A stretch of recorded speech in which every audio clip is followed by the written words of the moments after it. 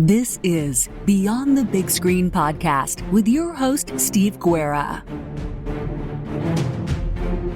Thank you for listening to Beyond the Big Screen podcast, where we talk about great movies and stories so great they should be movies. Find show notes, links to subscribe, and leave Apple Podcast reviews by going to our website, beyondthebigscreen.com. And now, let's go beyond the big screen. Welcome back to Beyond the Big Screen. I'm your host, Mustache Chris, and this is my co-host, Frank, and we're going to be tackling episode 2 and 3 of the season 1 of True Detective. And I suggest anybody to go and listen to our introductory episode of True Detective, where we discussed episode 1 and a bit of the background information and how the show came about. And I guess episode 2 and 3 would be, I guess you can describe it as getting to know you better. As Frank pointed out, I think on the notes, we get to know these characters a bit better and they become a little bit more three-dimensional. Yeah, unfortunately, almost, right? Because like in Marty's case, we find out he's not exactly the good old boy we think he is. And then kind of in contrast, we find out things about Russ that maybe evoke a little bit of sympathy in that character. So it's kind of an interesting thing that they kind of pull from the fringes to the center a little bit. Yeah, so I guess I'll give you a quick rundown of episode 2 before we start getting into a bit of a discussion. Animosity Russ and Marty flares up after Russ suspects Marty is cheating on Maggie. Reverend Billy Lee Tuttle, celebrated evangelist and cousin of the governor, advocates for a police task force with an anti-Christian crimes theme. This kind of goes back to, I'm pretty sure that Nick read into a bit of the satanic panic stuff that happened in the 80s, because this is like right out of that. And Rust isn't too big on the idea of an anti-Christian slant. He's rather mocking of it, including the Lang murder. Which is including the murder that Russ and Marty are investigating, which is the Lang murder. Marty and Russ' investigation leads them to the ranch, a remote rural brothel, the middle of the swamp. Basically, it's disgusting. I don't understand how anybody could just go to a place like that and expect to have a good time, but whatever, to each his own, I suppose. They interrogate one of the girls there that was friends with Lang, and they obtain one of Lang's diary, which refers to references of Corsica or how are you pronouncing? Carcosa, yes. And references to the Yellow King, which was a book that was written a long time ago, like around like H.P. Lovecraft's time period. I personally haven't read it. I believe the author's name is Chambers. And I remember when the show initially came out and they mentioned the Yellow King, everyone started reading that book to try to find out, like, where's the show going? Like thinking, but we're going to get into that in a little bit. But it kind of, it's a tie into kind of like the H.P. Lovecraftian cosmic horror that I touched on in the first episode, that kind of permeates throughout this first season, less so the next couple of seasons of True Detective. Who knows about the new season? I have no idea, but yeah. And Russ, that the killer, or at least the people that grabbed Dory Lang, got her addicted to meth and LSD to elicit hallucinations out of her. And they end up going to an old church that Lang used to attend, and it's all burnt to the ground. And they find a very kind of demonic looking painting depicting a human figure wearing deer antlers. And that takes place in the past. And then during the present, we find a little bit more about Russ, and Russ reflects on his daughter's death. Find out that she was hit by a car while driving her tricycle or her bike. Sounds like type of thing, like the driver was pulling out of his driveway. He doesn't get into the details of what happened, but I don't know, that's what I speculate. Driver's pulling out of the driveway. It's his daughter. She gets crushed. Well, he said that they lived on a curve. So I wonder if it was somebody bombing around a corner and then didn't see her till they came around the corner, didn't have time to turn. But it's interesting that he doesn't give you the details. And so you have to fill the details in. And I think probably a lot of people went different directions, like like you and I just did. Ultimately, it doesn't matter because it's the fact that she was 3 and she got killed, you know? He doesn't seem angry about it. So the speculation I get is it was not something malicious. It was more kind of like an accident. I don't know. That's how I interpreted it, but maybe I'm wrong. I don't know. Like you pointed out, he doesn't get into the details of it, right? He just kind of says, right, "Yeah, you think I'm right?" Yeah, I think any anger that he had about it has run its course or has been tamped down with the other things that he's using as coping mechanisms. But it does strike me, like you said, as something that, you know, a terrible accident, you know, maybe the person wasn't even going fast. Maybe the little girl was in the road. Maybe, you know, because he stops, you know. So, you know, the biggest takeaway, I think, is just, you know, it was obviously devastating for him and it destroyed his marriage and it sent him down this very dangerous path. Yeah. And then we also find out that Russ was an undercover cop. And during the course of his undercover work, he got addicted to drugs and ended up actually spending time at a psych ward in Texas. Got shot. And that hence we'll find out later that Russ is addicted to different types of drugs, right? Like Quaaludes being one in terms of just trying to get to sleep, and different, you know, opioid type of medication. And he also reveals that he has intermediate hallucinations that are kind of depicted in this episode. He says that he knows that they're all fake. It's just something he just kind of goes with the flow type thing. There's just like, oh, you know, that's interesting. There's like 2 examples of it in this episode, but it's just it's one of those things that I talked about it on the previous episode, which was one of the more interesting things I thought about the whole run of the show is, you know, how much of, like, are they going to go like psychedelic with this? Are they going to go paranormal? And they dropped this in the episode, which is at the time that the show was going initially released, a lot of people were speculating what they were going to do with this, but you guys will find out as we go through the show exactly if that happens or not. It's interesting because, you know, I think it's interesting that we see him go through 2 of these. And in one of them, when he's in the car with Marty, I just kind of go with the flow. I don't know if that's what it was going on there. I mean, you could see he was really struggling with it and it was really having an impact on him. So I think he's minimizing a little bit when he tells Marty about it, when he talks about it. The other one's when he's driving, right? And he just kind of, you can see him kind of death gripping the steering wheel and just, you know, hoping that what he hallucinates doesn't cause him to drive into somebody, you know?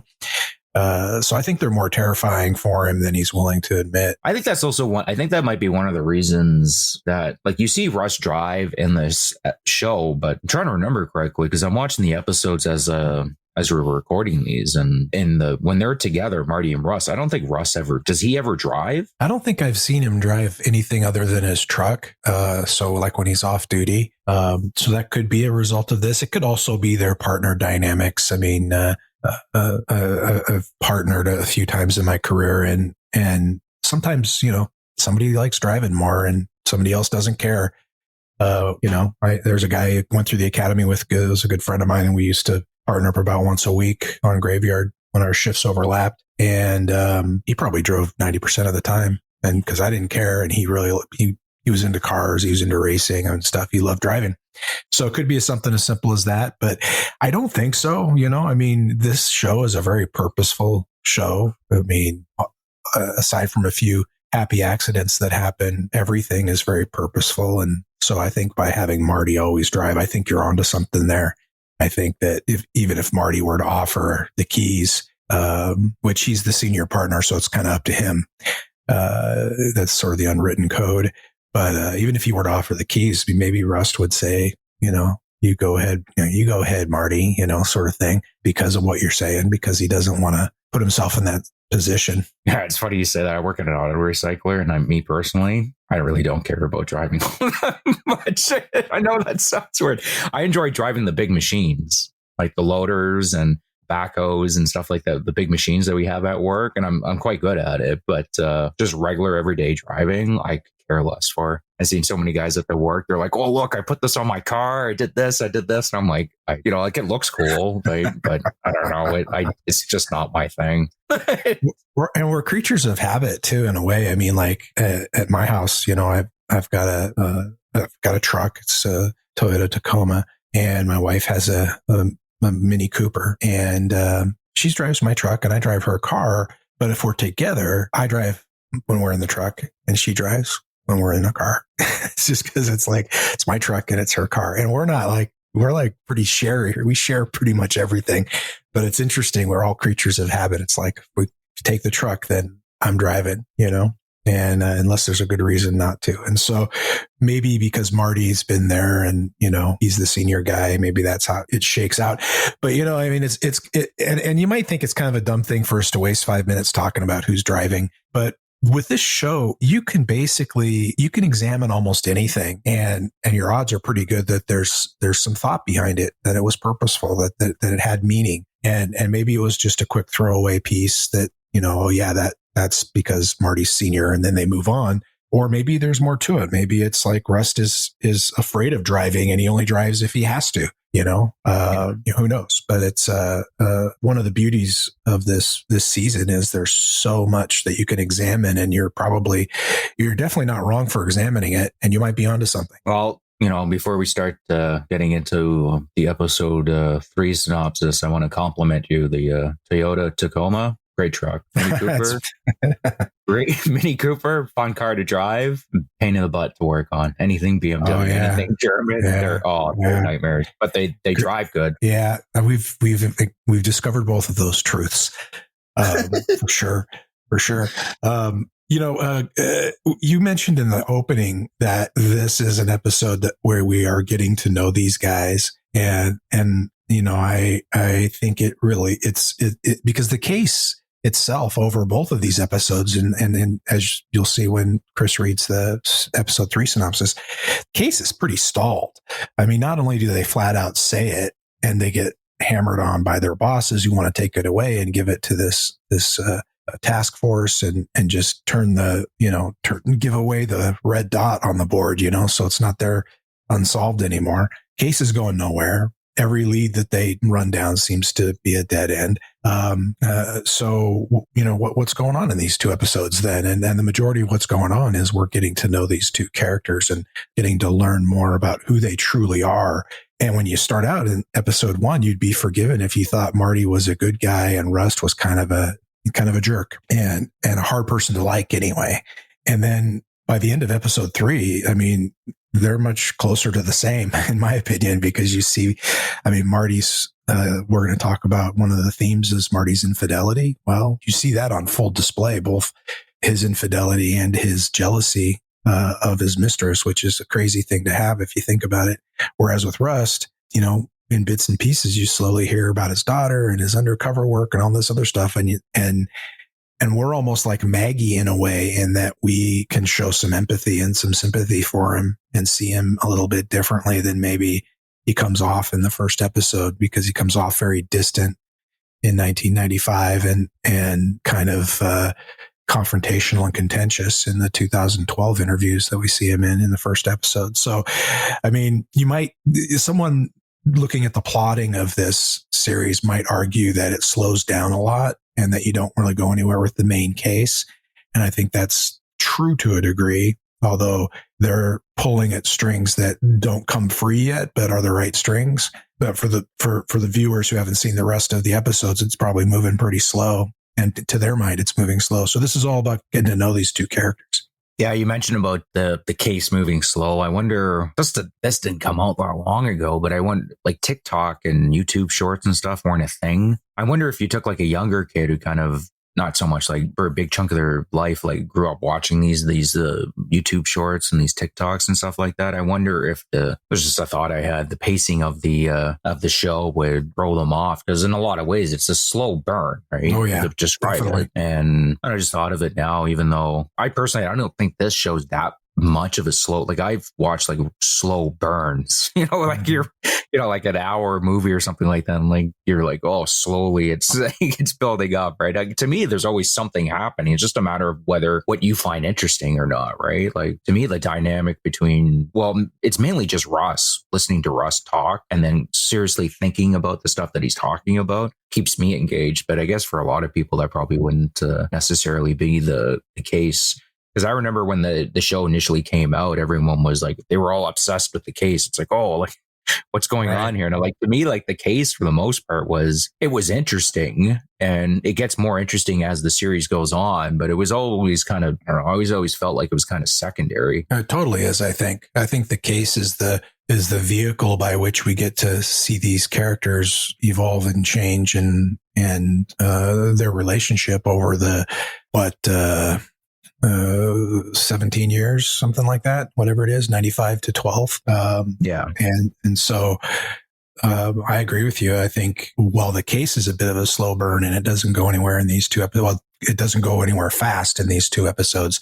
I feel like the story has a lot going on, and it's definitely not, I was never bored. That's for sure. Yeah. Okay. So I guess I'll give a quick rundown of episode 3, and then we'll just going to talk about things that we enjoyed, major themes throughout the 2 episodes interchangeably, right? Because that's the great thing, is it's not like they kind of merge together. Like when you watch this whole series, like from start to finish, it's like basically an 8-hour movie. It's the way I look at it. I mean, they could do cuts, but they could have edited in such a way that they could have just ran this for 8 hours straight, right? You could binge this and it would feel like one long movie for sure. Oh, yeah, for sure. That's it. It's reminiscent of Twin Peaks: The Return in that sense, where, they put edits in the episodes, but they really could have just ran like a long movie. Folks, we have the obligatory Twin Peaks reference brought to you by Mustache Chris. I gotta say, I love it. I love it. I gotta get somebody convinced. I love hockey and Bruce Springsteen, but we don't bring that up every episode. Oh no, I think Bruce Springsteen, you brought it up a couple of times, I think. And we did a whole episode on hockey where we're talking more about our love for hockey than the actual topic. I'm just busting your mustache, man. That's all. Steve here. We are a member of the Parthenon Podcast Network, featuring great shows like Scott Rank's History Unplugged podcast and other great podcasts. Go to parthenonpodcast.com to learn more. And here is a quick word from our sponsors.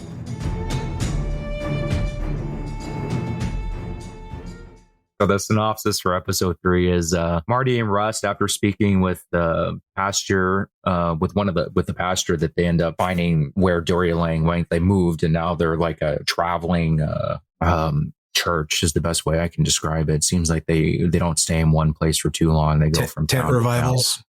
Yeah, tent revivals. We don't really have these up in Canada. Like, at least I don't see them, but it seems like to be something in the States, and particularly like southern United States. I don't know, like, you're from Washington State, right? Like, is there stuff like that around?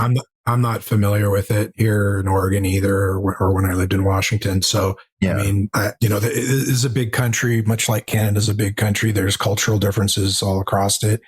And there's geography, the temperatures are different, right? And I think a tent revival's probably a little more common in warmer climes. It gets pretty cold up here in the Pacific Northwest in the wintertime. So, they talk to the pastor, who mentions, and they also find out that, she attended some of his church services with this tall man with distinctive facial scarring. And their investigation continues to face pressure from the chief of police, but also Mr. Tuttle, who wants to basically take the case away from Marty and Russ and give it to this anti-Christian task force that they mentioned in episode 2.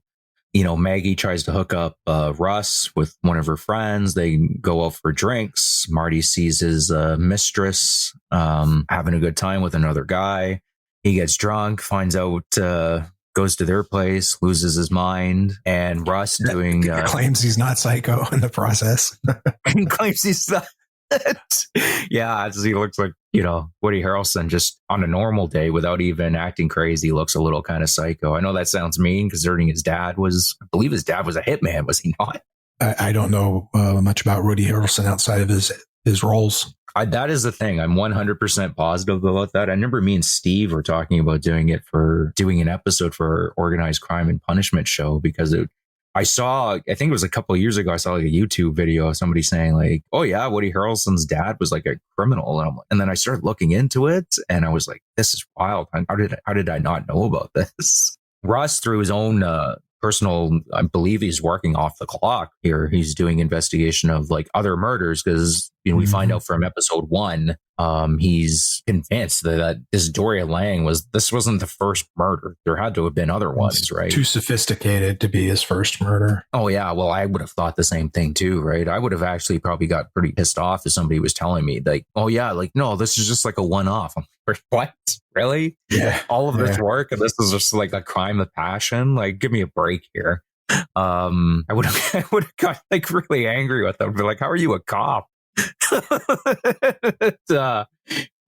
So yeah, he actually finds another murder that has the spiral tattoo that was on Doria Lang's body. It was also on this body too. Yeah, and then they question Reggie Ledoux. And they don't actually talk to Reggie Ledoux yet. They hear about him though. Oh, they hear about him, yes, and that's about it, right? They put a. Well, the big connection is that they discover that Dora Lang's boyfriend was Reggie Ledoux. And then they discover that Reggie Ledoux was in the same cell as Charlie, the guy that they interviewed earlier. And so that's what makes them, that connection is what makes them put out the APB. Yeah, sorry. Yeah, I got that mixed up there. Thanks for fixing me up there, Frank. And and then it ends with a shot of, we see what we think is Reggie Ledoux. We don't know for sure, but it's Reggie Ledoux with like an old school, almost looks like a World War I gas mask on, walking around in his underwear, covered in tattoos. And it's one of the probably one of the best endings ever for a television episode. Yeah. It hits you on so many different levels. It's super creepy. Well, and the narration's part of it too. I mean, we're jumping right to the end of episode 3 here. So much for our structure. But I mean, it's the best thing to talk about though, because it's like you say, it's so well done. But part of the reason it's so well done is the imagery that you describe, but part of it is also the narration from Rust in 2012 as he talks about, existence and how, everybody, all you really know is that you exist. And then all of that knowledge is in a locked room, i.e. your own head. And then, he talks about, all of existence being a dream of being a person. And then he has this great line at the end where he says, and like many dreams, there's a monster at the end of it. And that's when that image that you described pops up and you see who we assume is Reggie Ledoux, in his underwear with a machete and that dangling mask on his face. And you can see one of those devil trap spooky sticks contraptions kind of in the foreground, just slightly out of focus and at first, and then that freeze frames, and that's the end of the episode. And we were talking before we went on mic here, and your opinion is that's one of the best scenes ever. Yeah, for sure, right? And that's the end of episode 3, right? And then I guess we can start getting into some of the major themes that we picked out. I don't know. One of the major themes that I picked out of these 2 episodes was Marty's infidelity. Like, it's hinted at in episode 1. And I don't know, unless you're like a child or something like that, like you kind of knew that Marty was sleeping with that girl, but they didn't make it explicit, right? In episode 2, it's made very explicit. This is exactly what Marty's doing. This whole thing with Marty's like infidelity is something that I struggle to like Marty for the rest of this series, just because of the way he treats his wife and his family and the women around him. It's absolutely appalling. Well, they're all there for him, right? That's his view of the world. Is his family's there for him. they need to be what he needs them to be. He needs his wife to be what he needs his wife to be. And, his mistress is there so that he can blow off steam and not take any ugliness home to his family. That's kind of what he tells those two detectives. And however he justifies it, the fact is he's being unfaithful to his wife. He made a promise and he's not keeping it. Well, that's exactly it, right? And we see him at the bar earlier, and he's like bragging about, I don't know, some girl that he slept with. And I don't know, as a side note, not as a side note, being a guy and stuff like that, you hear guys like brag about their sexual conquests and stuff like that. And it's always, even from when I was like a teenager, I always thought it was like, this is gross. I always thought it was disgusting. I always would look for a way to just leave the conversation. Because it's, I don't know, that's just a me thing. I don't know, because it seems like a lot of guys do it. And I'm just grossed out by it. I'm like, this is just, I don't know. I just find it disrespectful. But it's because like it is. Yeah, it's one of those things where it's like, oh, look at how macho I am, right? And I don't mind like macho type stuff. I'm a huge fan of Arnold Schwarzenegger and like lifting weights and stuff like that, right? But in terms of bragging about your sexual conquests, it's disgusting, right? And it's not like he's gonna maybe someone understand where he's a college kid or something. College kid, like 18, 17 or whatever, maybe it's the first time he's had the deed or whatever, and he's just like wanting to tell his friends, Marty's a grown man with 2 kids, sitting with a bunch of other grown men who probably have family and kids too. Now, in his defense, I will say that he does seem to be telling a story from a very long time ago. Because he talks about being in uniform when it happened. And so, and he's clearly been a detective for a while.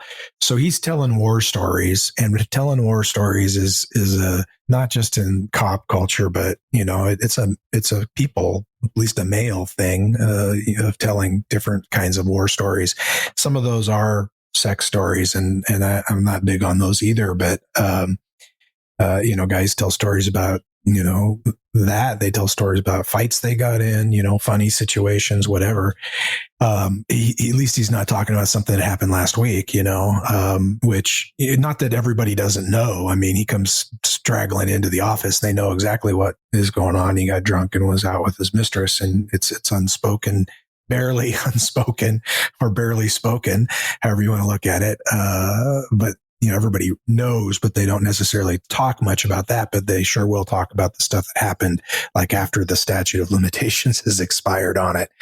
And he's trying to play that role to those cops that he's doing to the 2 detectives that are interviewing him in the first episode. He's trying to show what a great guy he is. He's looking for approval. And that's I think the sole purpose of him telling that story. Yeah, I'm the type of person, I have a very kind of very black and white view of morality in a lot of ways. I actually think it's quite helpful to kind of view right and wrong in a lot of ways. You got to be flexible too, but I think it is helpful in terms of leading life on the straight and narrow.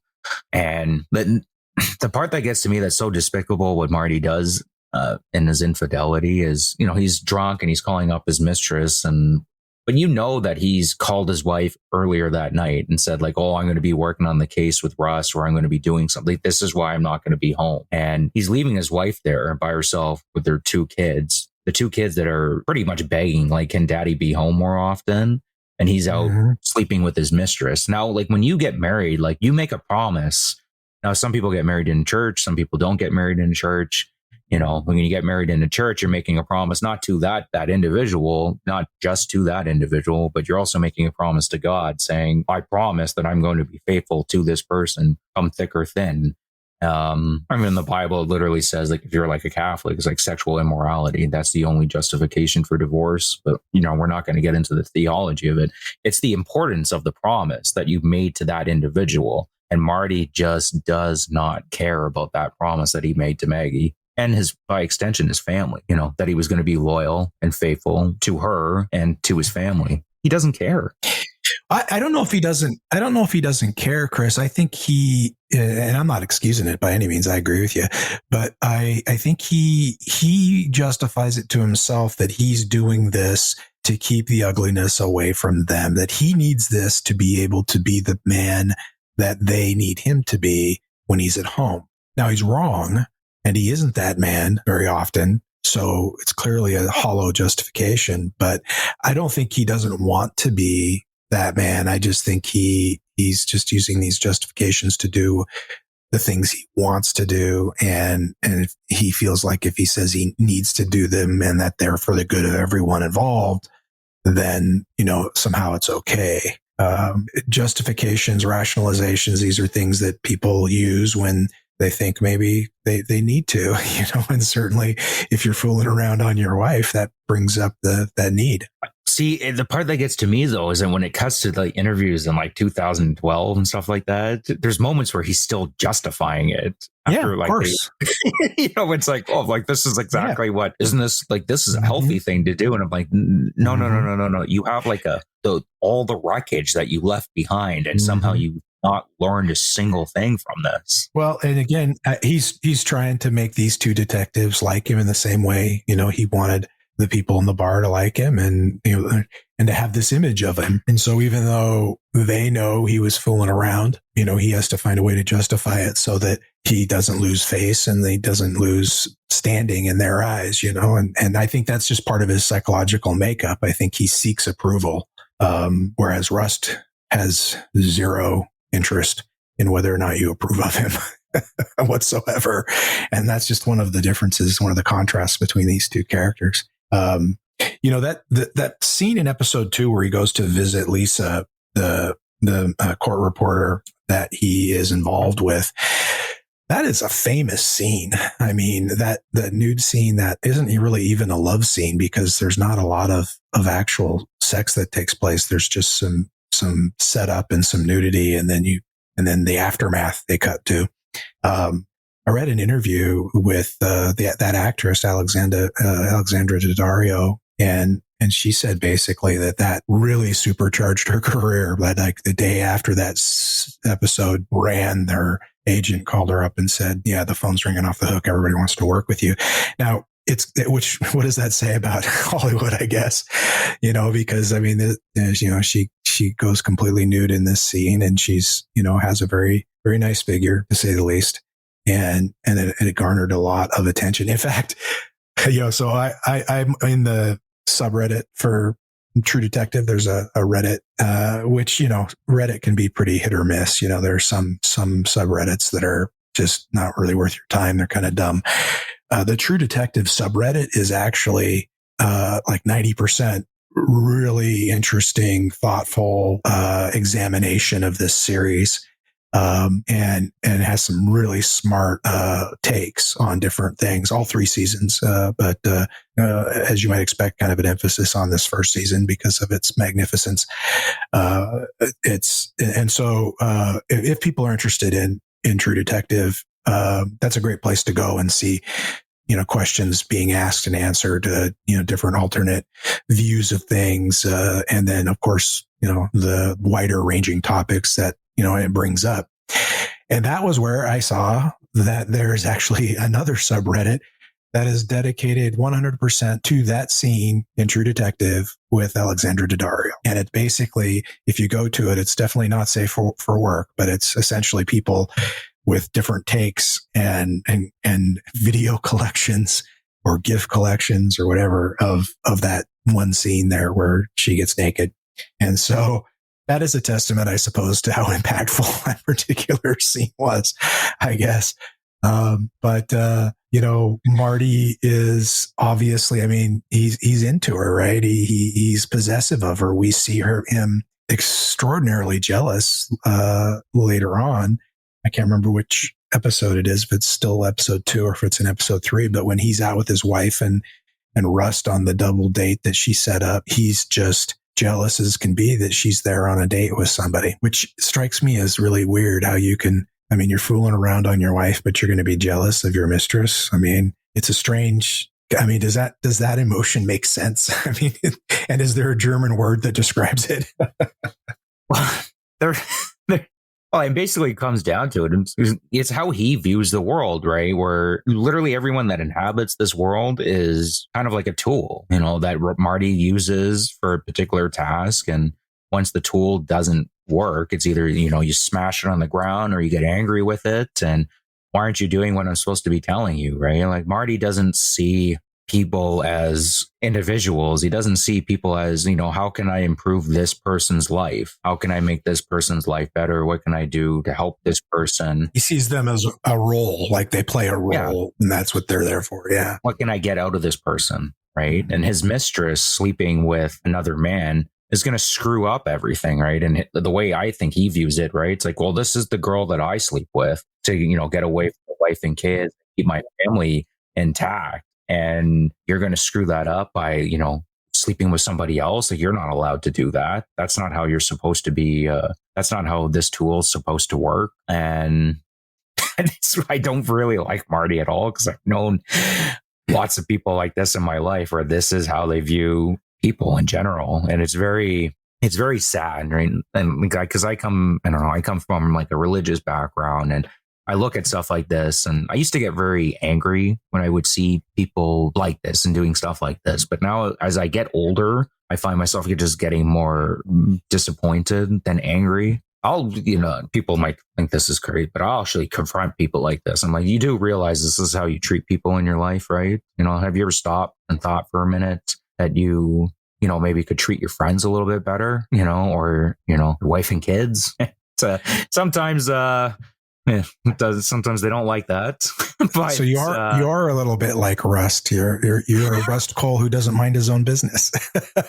So, I guess that just sets up the contrast between the two. But sometimes they don't like the reactions. Sometimes it has worked where people have sat and thought, it doesn't happen right away. Usually most people get very angry and they start screaming, yell at you. It's like, well, look at your own life, and look. And it's true, right? Look at the plank in your own eye, right? That's straight out of the New Testament, but it's the truth, right? We can get kind of hyper focused on what other people are doing and forget about, what you're doing yourself, right? But I think it's important to, when you see people acting like this, to call them out on it. Like if I said something to Marty, he'd probably beat me up. At least I said something. Yeah. Well, Russ did say something to him in one scene in the locker room, and he grabbed him and pushed him against the locker, and they almost had a physical confrontation there. They had the beginnings of a physical confrontation. It really goes to, see, I think you're right that Marty's infidelity is a big theme here. But I think it ties into just a larger, I don't know if I'd call it a theme exactly, but a larger piece of the puzzle, in that the two detectives here are shown in such contrast. Not just that, Marty's fooling around and Russ doesn't approve. But as a side note, I wonder sometimes if Rust isn't secretly thinking, you dummy, you've got a wife and kids. I had a wife and kids. They were taken from me. You don't appreciate what you've got, and you're a dummy. He doesn't say it exactly, but I'm curious if the character is actually thinking that. But these two are just so different. The way they approach the world is different. The way they approach the job is different. Their skills, we talked a little bit last episode, their skills and talents and methods of investigating are different. And it's definitely almost to the Odd Couple levels. If you think about it, even the way they move, like Hart, Woody Harrelson's Marty Hart, he's bombastic. He's full of swagger. The way he does things, he's that scene in the bar is a good example. He confronts immediately, like stupid, but he goes to his mistress's house and confronts that. That's his style. Cole is much more calculating. He's very contained. If you watch the way Matthew McConaughey moves in these opening 3 episodes when we're in 1995, he's very rigid and contained in the way that he moves. I never noticed it as much in early watches because I was just enjoying everything. But as I've watched it this time, a little more analytically for the purposes of this podcast, you can see all the things that he did, physical condition that he put himself in to do the role, to the way he carries himself, to his expression and his tone of voice.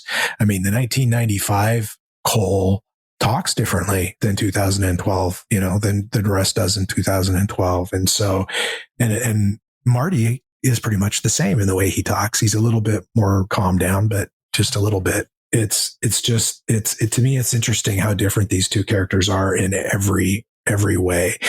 You look at how Marty conducts his interviews, when they go to that tent revival. And just as an aside, how good is the guy that played that preacher in terms of playing that role? I mean, the way he played that, energetic, sort of preacher, I thought was pretty well done. And we should probably touch on that conversation that Marty and Rust have during that scene.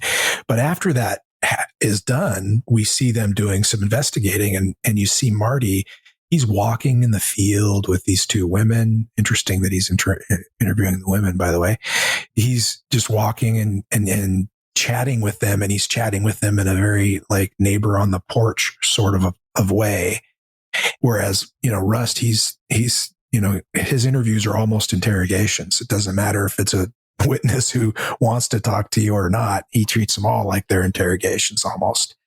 And it's very matter of fact. And so just their approaches are they're just such different characters at this stage of the telling.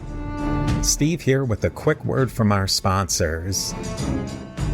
Well, I guess we can talk about the conversation that they have at the tent revival, because I think it's one of the bigger scenes in the entire series, really, that conversation that they have between the two of them.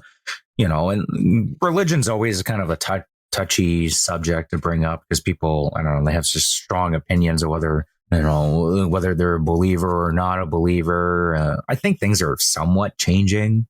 The more kind of Richard Dawkins, hardcore atheist type stuff, I don't think it's as popular as it used to be. So I don't, people like Jordan Peterson and stuff like that talking about religion, I think has made it a little bit easier talking about these things in public. Maybe I'm wrong. I don't know. But it's interesting, like in that scene where they're going back and forth about religion, and, Rust has total disdain for all these people at this tent revival, right? He sees religion. It's not the truth, from his perspective, and the Rust is of the opinion, if you have like a false worldview and false principles to, live your life by, it's bad regardless of any kind of societal benefits, because in the long run, you're living an untruthful life. And we touched on this in the first episode where, Rust cares about the truth. That's all he cares about. And he's brutally honest to other people and to himself to a fault, but because I think he views that as somewhat of a virtue. It's one of his virtues, right? He's hyper focused on actually getting to the truth of the matter, the meaning of life, the truth of relationships, the cutting out any kind of falseness. Whereas Marty, he argues that there's a societal benefit to all of this, right? He goes, if these people didn't have religion, or just in general, people didn't believe in anything, as Russ says, it would just lead to like absolute debauchery in society. To me, this has always been kind of one of the weaker arguments in defense of religion. It is literally the weakest argument in defense of religion, where it's just like, well, it's all a lie. So, but it's a good lie. And that's a whole philosophical principle in the sense of like the noble lie. Well, if we didn't have this, people would just start doing this. And I go, well, Marty, not a Christian. He does seem to somewhat believe to a degree. Look at how he treats the people around him. But then you take somebody like Russ, who doesn't really believe in anything. Well, he believes in certain things. He has his moral compass that he sticks to 99.9% of the time. He's not a religious man, right? He's not living like a debauched lifestyle. He's addicted to Quaaludes because he can't sleep at night, and he suffers from hallucinations from previous experiences that had gone on in his life. And there's, to a degree, I respect Russ's perspective, even coming from a religious perspective, religious perspective myself, is Russ says that this isn't the truth, and that in and of itself is wrong, that people would be following something that's not true. He believes in the psychology of religion. I mean, he thinks that's true. He breaks it down for us, on what's happening psychologically during this worship service. And from a psychological standpoint, I think he's right. It's an accurate portrayal of what's happening mentally. But you're right. He doesn't believe in the anything beyond that, the mere psychology of what's happening. He doesn't believe in greater power that's sentient. I think you could argue that he believes in the universe as a greater power, but he doesn't believe that it's sentient or cares. And you point out, as Russ did, that the argument that Marty makes is a fear-based argument. It's not, I will be good because it's the right thing to do, or even I will be good because it makes me feel good, which are two different reasons. It's, I will be good to avoid punishment and or to get a reward. I mean, it's B.F. Skinner does religion, and so I think Rust is right by calling him out on that. And I think you're right in saying that it's probably the weakest argument for whether or not organized religion is a good thing. So the interesting thing is that, religion is a conversation. I don't like to talk about it. And it's like politics, because people identify their sense of self with their political beliefs or their religious beliefs. And so if you disagree, they'll often take it as a, condemnation of them as an individual. And that's just one. And plus it's a deeply held belief, usually religious and political ones. So conflict can happen pretty easily, and good friends even can fight about stuff. That doesn't happen here. These two guys don't really like each other. I think still at this point in the game, I would not call them friends. And although Marty is sticking up for him a little bit, so it's starting to happen, but they have this conversation about, one of the two big, landmines in human conversation, religion, and they say some pretty harsh things to each other about it. And neither one of them looks very worked up. And they continue with their investigation. They go and interview other people, and it just doesn't have the seismic impact that it would have on a lot of conversations. And I think that's interesting. I wonder if it's because they don't care what the other person thinks, or I wonder if it's because, the beginnings of a tentative friendship are happening. I mean, I could be convinced either way, I think. But it is an interesting dynamic that you don't see a lot where these two subjects are concerned. Yeah, I have conversations all the time with people about religion. I always argue with people that disagree with me. No, you don't. I think it's good. Why you want to get into it? No, I'm poking the bear. I'm trying to just trying to be funny.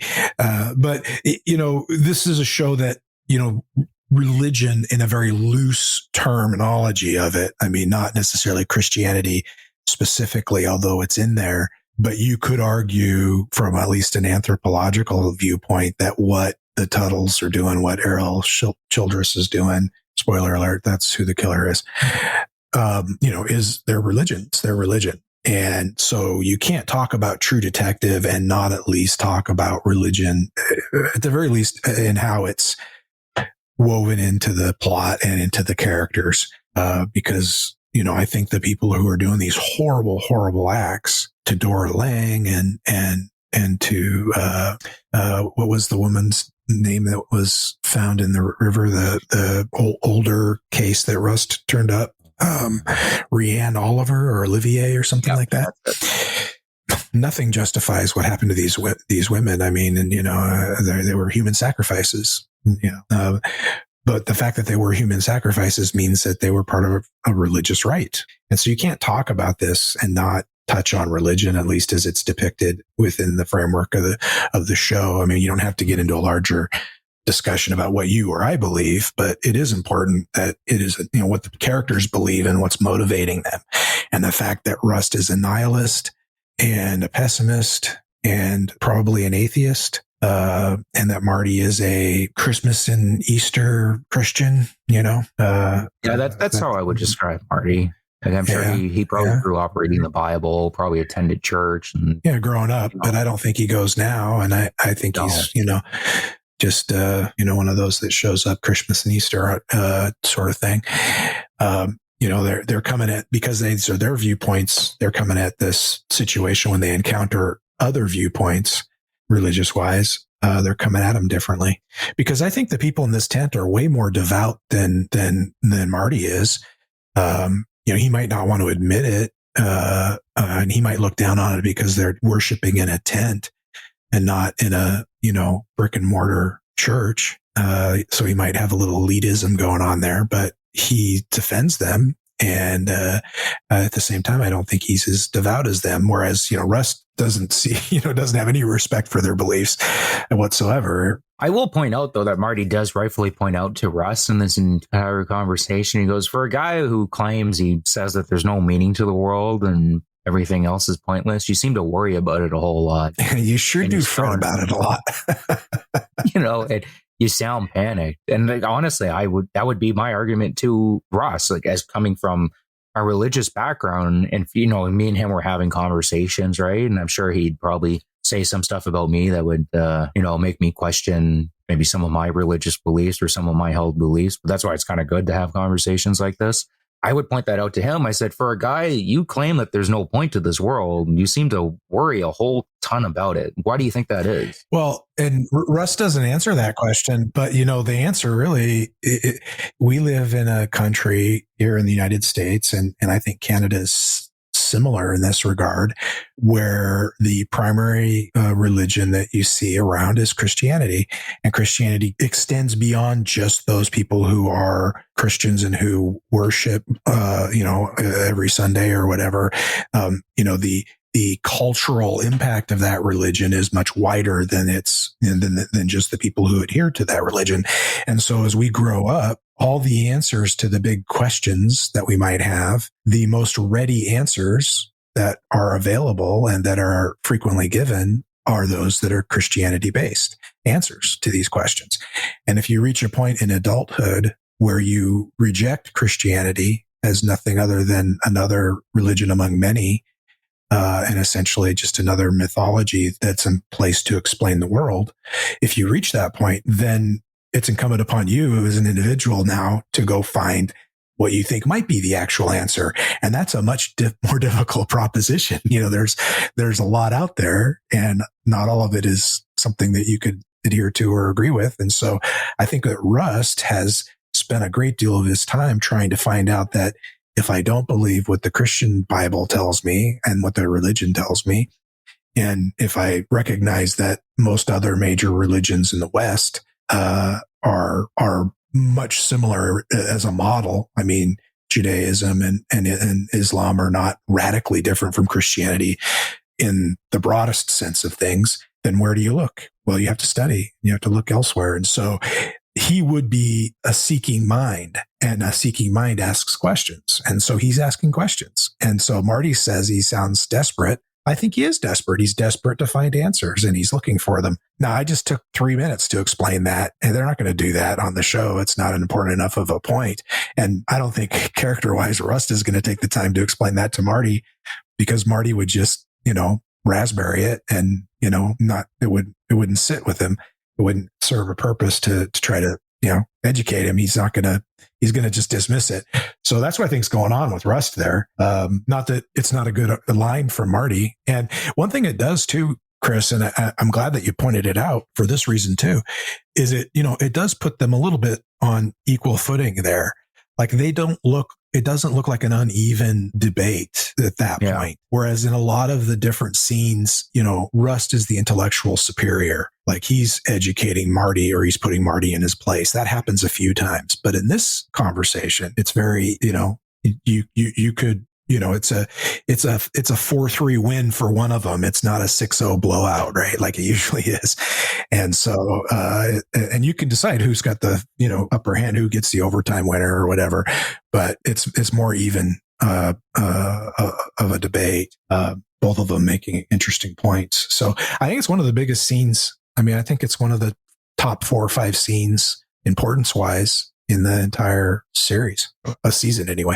Marty points out too, he's like, I might not use like $10 words like yourself. And, in the moment of like kind of clarity, Marty points out a very poignant question to Russ, and it makes Russ stop. You don't have to be like super educated, like Marty just points out like one of those, the really big question, the really important question, to somebody like Russ. And, you pointed out, maybe what Russ might be going through internally, right? But Russ didn't have an answer for him, right? Because thus far from, his intellectual journey, he doesn't really have an answer for him yet, right? He just knows that the answer isn't, it's a utility. The truth is just utility, where you whether you get a good outcome or a bad outcome. Yeah. Or, and in my head canon, I sometimes think that didn't want to take the time to try to explain where he's at to Marty because they're not there. They're not in that place where he could do that. But either way, the end result is that you get two opposing views of this situation that's going on here. And, it's interesting that, it's religion can be very polarizing, right? And a lot of different times in fiction, you see religion either shown as the Kirk Cameron version of things, where the religion is good and everything good comes from it, or the, let's malign religion and make everything bad come out of it. Trying to think of what show was on recently it was The Last of Us, the HBO production from the video game, which is one of the best video games I've ever played. Great story, wonderful story. Excellent adaptation with Pedro Pascal and Bella Ramsey. But there's an episode, like episode 6 or so, where they encounter a guy named David, and he's a preacher. And you knew the way that was one of the things about that show that I found wanting. I didn't like the way they went about it compared to the game. And that is, as soon as you meet this guy, David, and he's a preacher, he's, sick, and he's a bad guy. And it's, and I think it was Rainn Wilson who tweeted about, why does that always have to be the case? Why can't we be more even handed about this sort of thing? And in this show, for everything that Russ says about it, what happens? They cooperate completely. The two women take a walk with Marty and answer all his questions. The preacher understands that Rust has to be sure about the kid with the glasses, the kind of heavyset kid, who had a record. He not only allows Rust to go in and embrace him, but pretty much suggests it, which is not a very Christian thing to do. But then again, maybe it is because it's for the greater good sort of question. The point I'm making is, for all of the negativity surrounding religion in this show at times, the whole Billy Tuttle stuff and all of that, here's a depiction of a very grassroots level of it that Marty's very defensive of, that ultimately, it's good. Everything that happens there, I think it comes down on the side of good. Even when they're leaving, what happens? I think it's interesting that they're stuck in the mud a little bit, which is kind of a nice metaphor because that's kind of what the case has been for most of these 2 episodes. But they're spinning their tires in the mud, and what happens? These parishioners, these simple folks that Rust was banging on about, the psychology of religion and everything that they're doing, they come and push them. They push them out of the mud, and that's kindness. That's human kindness. It's helpfulness. They get nothing out of it except maybe some mud splatter on their clothes, but they did it anyway. And so, that to me is even a better argument for organized religion than everything Marty says. It's a more pure version of that. So I don't know how purposeful that was on Pizzolatto and Fukunaga's part as they wrote and directed this film respectively, or these episodes respectively. But it certainly, I think it was a very fitting scene. It was subtle but fitting. Well, that's exactly it, right? For as much as it kind of leans in towards Rust's nihilism and atheism and his antagonism against religion, True Detective actually does a pretty good job of depicting religion in a pretty even-handed manner and takes the subjects seriously, in my opinion, right? If you're a thinking person, you have to, take what Russ is saying and seriously think about it. And as you pointed out, you look at this tent revival and it's, an IQ, and Russ points out, I don't think anybody here is going to be splitting the atom anytime soon, right? Basically saying none of these people are super high IQ, but look at their actions.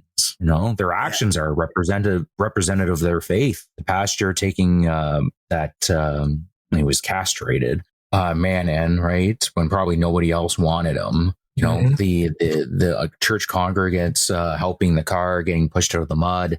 The fact that they were helpful, unlike pretty much everyone thus far in this case, is very important. Was very representative. I think Nick wanted to tackle the themes of religion and do not the, oh, this is all good or this is all bad type thing. I think he was, I don't know, maybe Nick was generally struggling with his own intellectual thoughts in terms of religion. I have no idea, right? That's just a speculation on my behalf, but it's, I don't know, like it's something that I went through, right? Like I was Russ at one point. I talked about this on episode 1, where I said, that's the huge reason why I identify with Russ, because I went through the intellectual journey that he went through. And I don't know if I'm ever going to stay at the same conclusion that I've stayed in for a couple of years or a little while now. So I kind of hope so, because it's, I don't know, my actions, like much like these people at this tent revival, I think speak for themselves. Well, I definitely think it was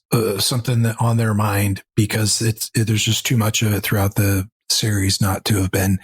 And to sum up that whole subject, I think we could just say that the True Detective depiction of the situation is that religion is not bad. People are. And so, I mean, if people are bad, they're going to use religion to do bad. And if people are good, then good stuff is going to happen in association with their religion. But it's subordinate to their character as opposed to forming their character. At least that's the message that I get from their take on the subject. Yeah, I get this funny image in my head of you talking them go back and forth in the conversation, and Russ like pulling out some books and be like, "Hey, Marty, read this," and then like Marty just looking at the book and just throwing it on the ground. He's like, "I'm not going to read this. What are you, nuts?" I've been watching, my wife and I have been watching the comedy sitcom, the sitcom exactly, the comedy anyway, TV show called The Good Place, which is, I don't want to give anything away in case people want to watch it. It's hilarious. They don't use a laugh track, so you have to figure out what you think is funny, not what they tell you is funny. And I like that. But the whole idea of philosophy is explored a lot throughout this show. The premise is initially that a woman goes to the good place and it was a mistake because she shouldn't have. And so while there, she figures maybe she can learn how to be a good person.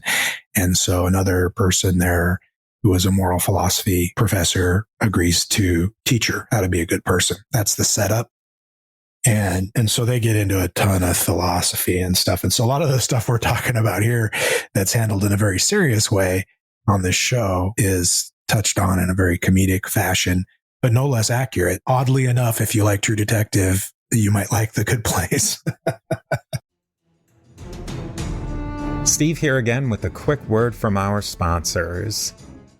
Well, to get to another point that you kind of pointed out is, like you mentioned Marty being an angry person, but his anger is kind of pointed towards outwardly, right? Whereas Russ is an angry person too, but for the most part, it's his grief, and it's kind of driven inwardly, right? He doesn't really physically express it all that much, except for if it is needed for the case, right? Like him going into that gas station, that mechanic shop, and beating up those two guys to get the info on to get to the bunny ranch, right? Like when Russ needs to use violence, he knows how to use it, and he's very effective at using it. It's very direct, but I don't know, like Marty to me is like, he's the classic type of guy that he's like the guy with 1,000 masks. Like Marty, I just get the impression that Marty's never really ever himself most of the time. Like he puts on a mask for his wife, puts on a mask for his daughters, puts on a mask for his mistress, puts on a mask for, all the dudes at the police precinct, especially when he's bragging about his old war stories, as we had been talking about earlier. Because he's not himself, he's constantly just essentially lying to everybody, including himself, throughout the entire day or throughout his entire life, let's just say for argument's sake, right? That when he does get angry, right? I think it's kind of a internal kind of representation about how angry he is at himself, but he directs it outwardly, like the dude sleeping with his mistress, and he shows up to her house and, beats the guy up or commits a burglary, and like, it turns around and she's rightfully losing her mind, like, are you nuts? And he goes, well, I'm not a psychopath. Are you sure about that? Have you really thought about it? Because you're acting like a psychopath. And in a lot of ways you could argue it's the way Marty treats everyone around him. I'm not going to say he's a sociopath, but there's definitely sociopathic tendencies in the sense of how he just uses people, and he never really seems to care about anybody other than himself, and how he can just easily just like kind of like a chameleon. I guess that's one of the reasons why he's a good detective and getting interviews, right? In a sense, he's a people person because he can easily just kind of change his mask in any given situation. Like, well, what do I need to act like to get my information that I need in this situation? And then you contrast it with Russ. Well, before you move on to Rust, I wanted to say something about Marty. Just a question, really. If somebody wears all those masks all the time, you got to think that they lose themselves at some point. They have to wonder, like, who am I really? Am I this family man? Am I this philanderer? Or am I this bombastic, boy with the boys sort of guy at the Elks Club? Am I this serious detective who's a professional? Who am I? And I'm not saying that we don't all have different nuances of our personality. I mean, of course we do. But, you're saying that Marty wears all these different masks, and I think you're right. And my question is, has he lost his sense of true self, in the process of going from mask to mask? I would argue, yeah. And just on a personal level, I would argue not being yourself authentically in most situations is not healthy in general. It's not good for your mental health. It's not good for your spiritual health. It's not good for anything because, like you pointed out, you end up losing yourself or not knowing exactly who you are. And you start getting into the tendencies of, it's like, well, I'm not lying. I'm just kind of slightly bending the truth, or I'm not saying the entire truth. So technically I'm not lying. And you could argue that each of those people each of those masks, those personas, they're all going to have a different moral compass. It's not going to be the same for each of them. And so with that in place, then, you don't have, your compass has no true north, really, Your moral compass is got a magnet next to it, or, pick your metaphor.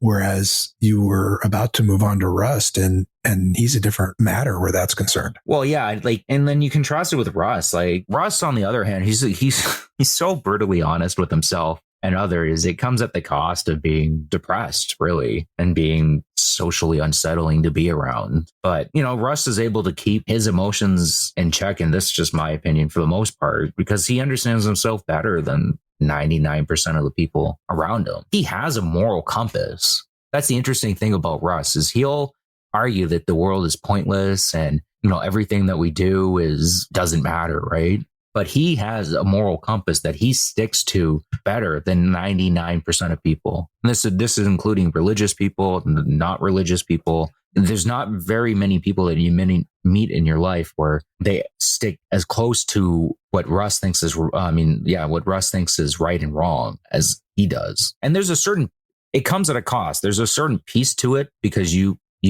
are not pretending to be anybody else around anybody else. You're just who you are, right? But it comes at a cost too, right? It comes at a cost in terms of being able to make friendships.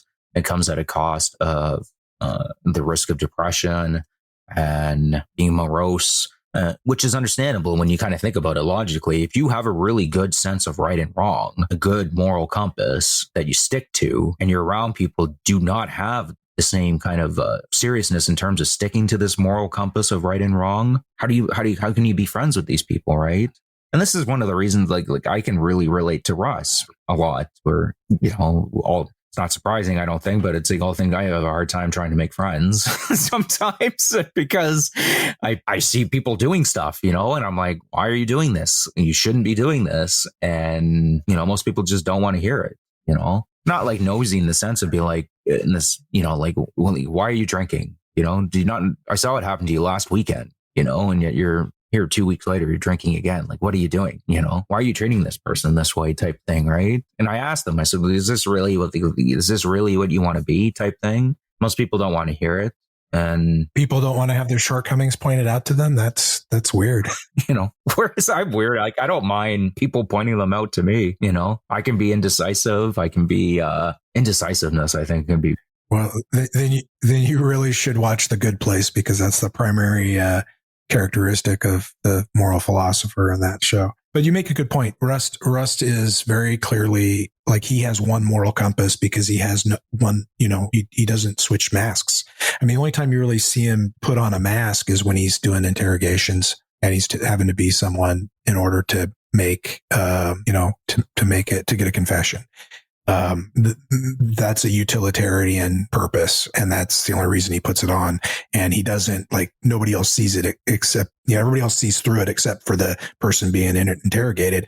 So that there's not a lot of artifice there. But as far as the rest of the world is concerned, I mean, although when he's doing that one interview with the guy with the scars on his face, he mirrors a lot of the things that the preacher was saying and doing in the tent revival scene.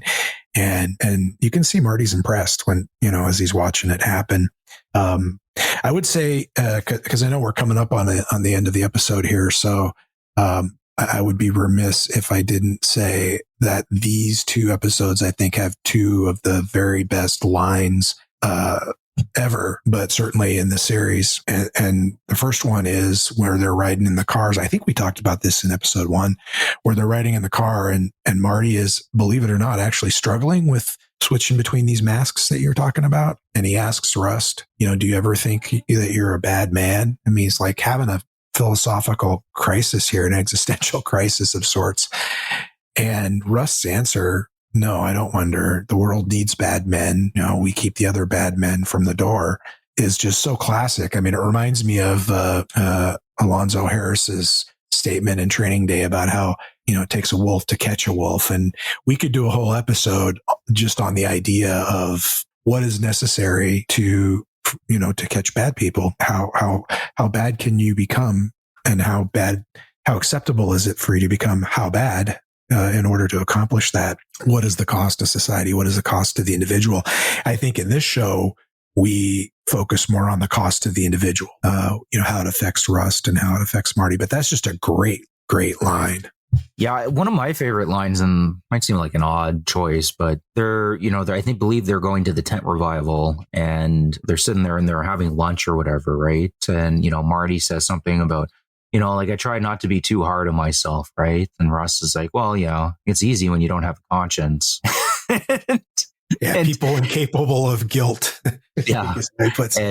and right, pointing out to him, it's like, you're cheating on your wife and you're a garbage person. It's easy, when you don't care. It's easy to not be hard on yourself. Or Ross would be, racked with guilt if he ever cheated on his wife or his girlfriend or anything. It would probably be debilitating to him because he'd sit there and think, how did I ever let this happen? How did I let my moral compass go astray? And I thought it was just a brilliant line. I also like the scene where Russ mows Marty's lawn, and Marty shows up and he sees, Russ in the tank top talking to his wife, who I think he kind of gets a sense that his wife finds Russ attractive. She definitely finds the attentiveness attractive, which is something that's missing in their relationship. Well, it makes sense because, Russ is the type of guy that really pays attention to detail. He's the type of guy that takes ideas seriously. He's the type of guy, he's a conundrum of contradictions, right? In the one sense, we've pointed out this, a couple of times now. He says none of this matters, yet at the same time, Russ shows more care to people in need than Marty does in a lot of ways. He sees that Maggie is in need of somebody just to talk to, and Russ is there. And at the same time, he's trying to help Marty in a roundabout way, going I just mowed your lawn. I'm just at your house, where were you type thing. And he's without actually saying, it's I could have just got with your wife right now. You got to be home. You got to be a dad. You got to be a father. What are you doing? Going out, getting drunk, sleeping around with, young girls, random girls. You have this all here and you're going to piss it all away. Look how easy it is. I just walked right in here and mowed your lawn, right? The mowing the lawn thing is it's a metaphor for. You think? it's all a metaphor for Russ Marty not being there to keep his house clean, to keep himself clean, right? Yeah, I think it's a partner scene to the confrontation that they have in the locker room when Marty comes in after spending the night out and he, smells of sex and and booze. And Rust is in one sense is being a good partner by telling him, like you need to grab a shower, you're not appropriate for work right now. But, Marty takes it a little bit differently and doesn't want to admit it. And he gets upset. And you can see that there's some jealousy where he's like, don't talk about how my wife smells, what do you know about the smell of my wife? And so clearly I can't remember if that happens before or after the lawn scene. I feel like it was after, but it's been a week since I watched the 2 episodes and I watched them back to back. So either way, I think they're companion scenes. The other great line is one we already talked about, and that's the end of the 3rd episode where we see that awesome scene that you described of the guy with the machete and in his underwear with the old World War I mask. And it's a long shot coming up over a little bit of a rise. And it's very freaky. And of course you have the Rust narration saying how, like a lot of dreams, there's a monster at the end of it and then it freezes. I mean, if this was it, like I could have watched I almost watched the next episode anyway, even though I've been doing like you're doing and I'm not watching ahead, even though I've seen this, series like a dozen times. But boy, I did, like I told you before, I didn't come to this, as it was airing. I came to it a little bit later, so I didn't have to wait. I can't imagine waiting for episode 4 after the end of episode 3. I mean, that would have been like, how do you keep a turkey in suspense? I mean, I would have been gobbling all over the place for a week.